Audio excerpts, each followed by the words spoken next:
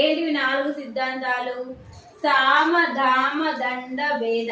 So విద్యార్థుల పట్ల ఈ 4 ఖచ్చితంగా ఉపయోగించాలి అంటే సామ దామ దండ భేద అంటే ఫస్ట్ వినయంగా చెప్పాలి, తర్వాత దగ్గరికి తీసుకొని చెప్పాలి, తర్వాత ఇవన్నీ ఒకటే టీచర్ అంటే ఒకటే కొంచెం, తర్వాత ఏం చేయాలి, దండ కొంచెం కఠినంగా చెప్పాలి అంటే కొంచెం గద్దాంచుతూ చెప్పాలి, తర్వాత ఏం చేయాలి, దండించాలి. దండించాలి అంటే కొట్టాలి.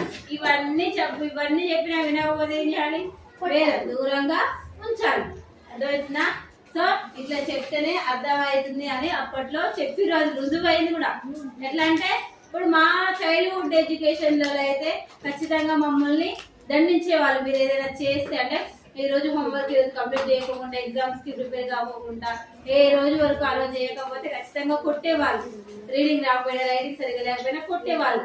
కొట్టిరు కాబట్టి కొంచెం మాకు ఆ భయం, కడుపులో భయం ఉండి మేము మంచిగా చదువుకున్న ఒక మంచి పొజిషన్ లో ఉన్నాం. అవునా? ఇప్పుడున్న జనరేషన్ ఎట్లున్నారు, కొంచెం కొట్టవద్దు, తిట్టవద్దు, ఏదైనా అంటే ఏడుస్తారు, సూసైడ్ అటెంప్ట్స్ అంటారు, ఏమంటే పోయి ఏదో ఒకటి చేసుకుంటారు. అవునా? సో కొట్టండి, చదువు రాదు, ఇది మాత్రం కరెక్ట్. కొట్టడం అంటే ఏదో వాతలు పడేటట్టు కాదు, నెరి రక్తాలు వచ్చేటట్టు కాదు, జస్ట్ అట్లా కొట్టడం అంటే కొట్టడం, బెదిరించడం అన్నమాట.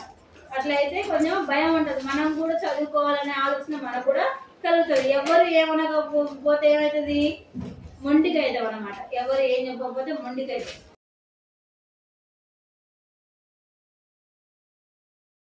సో అట్లా ఉండొద్దు అని అప్పుడు 4 సిద్ధాంతాలు తీసుకొచ్చారు అప్పటి కాలంలో.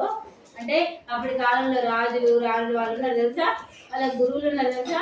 ఆ గురువులు చెప్పినవి ఏంటివి, సామ దామ దండ భేద, ఇవనేవి శిష్యుల మీద ఖచ్చితంగా ఉపయోగించాలి. అప్పుడే వాళ్ళు మంచి ప్రయోజకులు అవుతారు అన్నట్టుగా చెప్పారు అనమాట.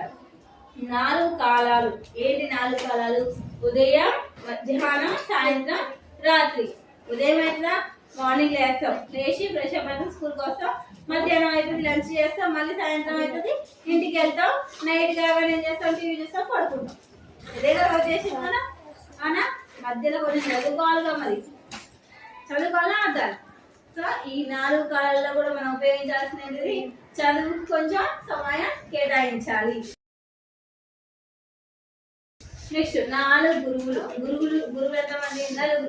ఎవరు? తల్లి, తండ్రి, ఉపాధ్యాయులు, ఆధ్యాత్మిక గురువులు.